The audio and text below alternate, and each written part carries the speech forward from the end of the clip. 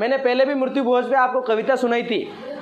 ओ सेठ जी कर्यावर करनो है थे याने उधार दो, बापू पहले ही मर गया थे यहाँ टावरा ने भी मार दो, कई भी वेजा मीठो पकवान करनो ही पड़ेगा, यहाँ बाड़का ना बे किस्ता में मरनो पड़ेगा। ए भाया पैसा नहीं वे तो उधार ले जा, थारा इकलौता खेत का कागज पांडा दे जा, थारी बई की कड़िया कंदोरा गहने मेल दे, पण फटाफट हलवाई पा हई का पैसा मेल दे, देख 12वां में थारी हितेशी समाज आवेला, दांत काटती जागा जलेबिया जामुन खावेगा। छोरा ने भणवा मेलवा को बुरो काम कदी नहीं करनो, जगह जमी वेचनी पड़े तो पड़े, पण कर्यावर ठाटू ज करनो, है ना। तो ये मेरा व्यंग आपको समझ में आया होगा कि ये मृत्यु भोज नहीं करने के। आप आज कसम खाइए हाथ खड़े करके, ऐसे हाथ करके, सर कुछ भी हो जाए मैं कर्यावर नहीं जिमूंगा। जिसमें हिम्मत है वो हाथ, जिसमें हिम्मत है, थोड़ी बहुत इंसानियत है, तो आपको जैसे इन्फॉर्मेशन मिले कि हाँ आपको क्या है, आपको पत्रिका मिलती है, आप तो सोचते हैं नूतो आयो, पर वास्तव में उस नज़रिए से देखो कि कोई आपको फोन कर रहा है, हाँ हमारा भाई जी मर गया, आई जा मिठाई खवाऊं, कितना अच्छा लगता है।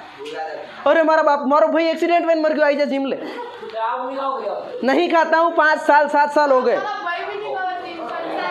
नहीं है ना।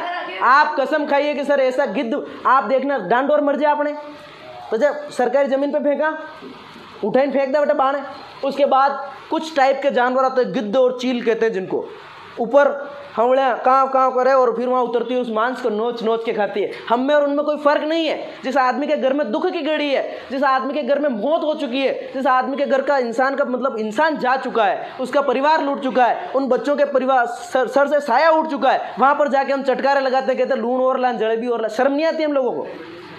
इन कुरीतियों के खिलाफ आप खड़े नहीं होंगे तो फिर कौन खड़ा होगा? हिंदू धर्म को मानते हो?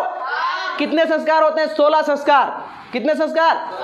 और 15वां के बाद जो 16वां संस्कार होता है वो होता है अंतिम संस्कार, दाह संस्कार। किसो संस्कार वे? दाह। अंतिम संस्कार होता है 16वां। उसके बाद तो हिंदू धर्म की किसी किताब में नहीं लिखा कि 17वां भी कोई संस्कार होता है। तो फिर ये आप चटकारे लगाने वाला संस्कार क्यों करते हैं?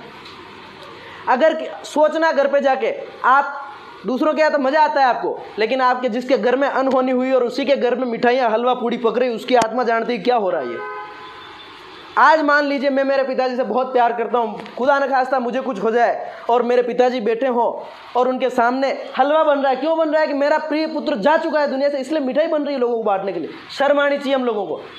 किसी आदमी के मोटरसाइकिल चोरी हो जाए, आप 10 रुपये की मिठाई लेकर के उसके घर जा लो, मिठाई खा लो यार, आपकी गाड़ी चोरी, खाड़ा मेरी था माता में।